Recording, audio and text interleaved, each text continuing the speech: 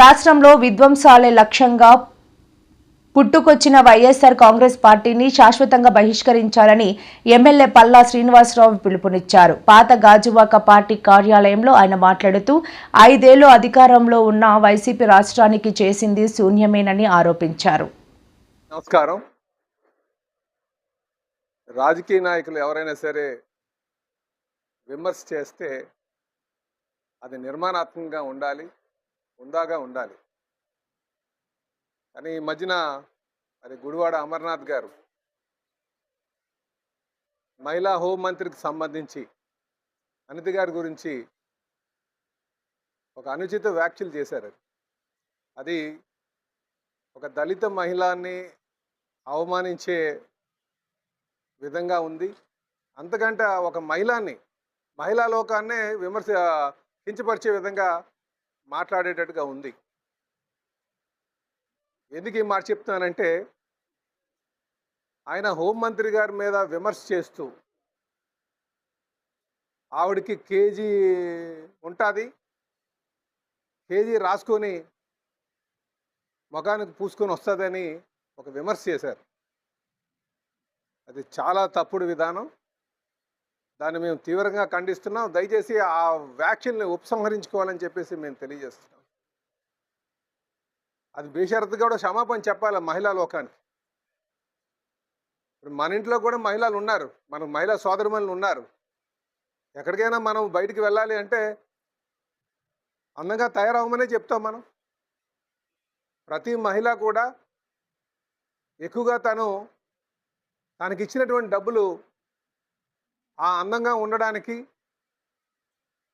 ఎప్పుడు ప్రయత్నం చేస్తుంటారు వాళ్ళు. అది అన్ని కుటుంబాల్లో కూడా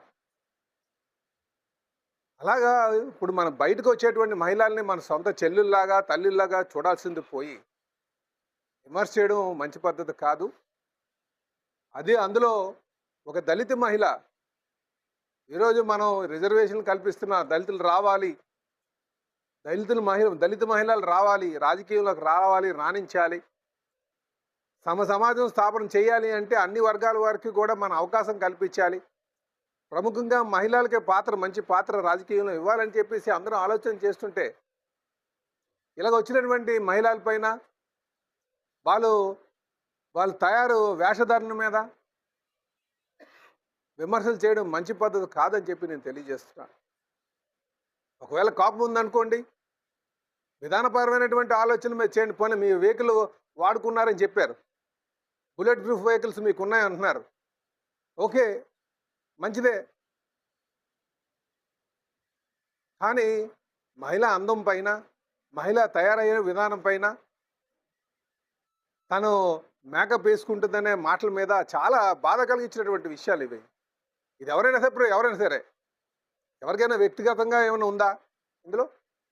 మనకు చేతనైతే మనం ప్రతి విమర్శ ఉండాలి. ఆ విమర్శ కూడా నిర్మాణాత్మకంగా ఉండాలి. కనుక నేను ఇప్పటికైనా తెలియజేస్తున్నాను, మహిళల్ని కించపరిచే విధంగా మాట్లాడొద్దు. వాళ్ళ వేషధారణ మీద కించపరచడానికి ఎవరికి కూడా హక్కు లేదు. వాళ్ళకి ఆ స్వేచ్ఛ ఉంది. మీకేమైనా అసభ్యకరంగా ఉన్నారా? మీకు అసభ్యకరంగా బట్టలు వేసుకున్నారా? వాటి మీద ఒక మాట మాట్లాడారంటే ఒక అర్థం ఉంటుంది. కానీ నిండుగా తను ఎప్పుడు కూడా చీర కట్టుకుంటుంది, నిండుగా తన బొట్టు పెట్టుకుంటుంది. వస్తే ఆ మేకప్ మీద వాటి మీద మాట్లాడడం మంచి పద్ధతి కాదు. ఇది సభ్య సమాజం ఊరుకునేటువంటి పరిస్థితి ఉండదు. ఇప్పటికైనా సరే మీరు ఏదైతే ఆ విమర్శలు చేశారో ఆ విమర్శలు ఉపసంహరించుకోవాలి. లేకపోతే రేపు మహిళా లోకం ఊరుకోదని కూడా ఈ సందర్భంగా తెలియజేస్తుంది. అలాగే ఇప్పుడు మనకి ఈ ప్రభుత్వంలో కూడా ప్రతిదీ రాజకీయం చేయడమే ప్రతిపక్షానికి ఒకటే తెలియజేస్తున్నానండి. ప్రతిదీ రాజకీయం చేయడానికి ప్రయత్నాలు చేస్తున్నారు. ఇండస్ట్రీల్లోనే యాక్సిడెంట్లు జరుగుతున్నాయి. మొన్న ఒక దగ్గర యాక్సిడెంట్ జరిగితే ఒరిస్సాకు సంబంధించిన కొరడు 3 లక్షలు ఇచ్చి పంపించేశారు. మనం ప్రతిదీ రాజకీయం చేయడానికి ప్రయత్నం చేస్తుంటే అది ఖచ్చితంగా ఆ భారం కంపెనీ మీదే పడుతుంది. కోటి అంటారు, 2 కోట్లు అంటారు, 3 కోట్లు అంటారు, అన్నీ అంటారు. కానీ న్యాయం న్యాయ ధర్మాన్ని అనేది అందరికీ సమానంగా ఉండాలి కదా. ప్రాణం అంటే ఎవరిదైనా ప్రాణమే. ప్లాంట్లో ఈరోజు మేము ఉన్నాం కనుక రాత్రికి మేము కేంద్ర మంత్రిని తీసుకురావడం జరిగింది. ఈసారికి 5 సార్లు కేంద్ర మంత్రిని ఈ 2 సంవత్సరాల్లో తీసుకొచ్చాం. ఈరోజు ప్లాంట్ని ఫుల్ కెపాసిటీ మీద రన్ చేస్తున్నాం. దీన్ని ఇంకా ఏ విధంగా దీన్ని ఇంకా లాభాల బాటలోకి తేవాలి అని ఆహర్నిశలు కృషి చేస్తున్నాం. చెప్పానండి, గత 2 సంవత్సరాలుగా ఎంత కెపాసిటీ మీద నడిచిందో గత 5 సంవత్సరాలుగా వైసీపీ ప్రభుత్వంలో ఏ పర్సెంటేజ్ మీద నడిచిందో చెప్పానండి. ప్రమాదాలను ఏ విధంగా నివారించుకోవాలన్నది అటు మేనేజ్మెంటు, ఎంప్లాయీస్, అక్కడ కార్మికులు అందరూ చూసుకొని మాట్లాడాల్సినటువంటి అవసరం ఉంది. రాజకీయ నాయకులుగా మేము ఆ డబ్బులు తేగలం. అరే దీన్ని ఎలాగైనా ఈ 38,000 కోట్లకి ఇప్పటికే నష్టానికి వెళ్ళింది. ఈ నష్టాల ఊబి నుంచి ఎలాగ బయటకు తీసుకురావాలి, 8,000 మంది నిర్వాసితులు ఉన్నారు, వాళ్ళకి ఏ విధంగా ఉపాధి కల్పించాలి, ఆ పర్మనెంట్ ఉద్యోగం వచ్చే వరకు కూడా అట్లీస్ట్ మెయింటెనెన్స్ లేదని పెట్టాలంటే దానికి ఉన్నటువంటి అక్కడ కార్మిక నాయకులందరూ కూడా సహకరించాలి. అర్ధాంతరంగా బయట వాళ్ళని తీసుకొచ్చి పెడుతున్నారు. ప్లాంట్ లాసుల్లో ఉన్నప్పుడే 3,000 మందిని 4 మందిని ఎక్కించేశారు. ఆ బయోమెట్రిక్ పెడితే 2,000 మంది లేనే లేరు. అందరూ సమిష్టిగా కృషి చేయాల్సినటువంటి అవసరం ఉంది. ఒక ప్లాంట్ను బాగుపడాలంటే కేవలం రాజకీయ నాయకులు తెచ్చి డబ్బులు తెస్తే పెట్టి సరిపోదు.